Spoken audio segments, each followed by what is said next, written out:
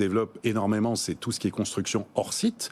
Le fait de construire modulaire, préfabriqué en atelier avant pour aller amener sur le chantier directement, c'est très important parce que vous avez moins de poussière, moins de rotation de camions, moins de nuisances en fait pour les riverains quand on sait que l'acceptabilité... C'est un vrai enjeu, ça. C'est un vrai enjeu, mais oui, et on est dans la décarbonation. Donc là, tout ce qui est développement de hors-site en circuit court, bas carbone, c'est quelque chose qui se développe beaucoup.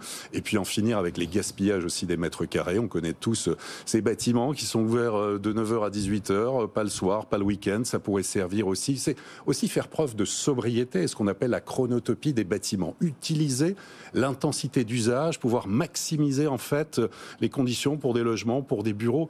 C'est un véritable sens, là aussi, de l'histoire, sur la régénération urbaine, la réversibilité des bâtiments. On le voit sur le village olympique, c'est ça là. Le permis de construire à double état.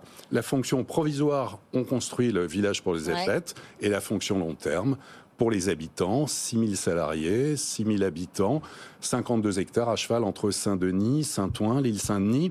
Pensez, voilà, en amont beaucoup plus les projets, concerter les habitants plus, en tout cas le neuf sur ce volet-là et sur la régénération urbaine. Je pense que c'est le sens de l'histoire. C'est pas évident, mais on va dans la bonne direction. On termine quand même sur une note un peu positive. Merci beaucoup Olivier Marin, rédacteur en chef propriété Le Figaro.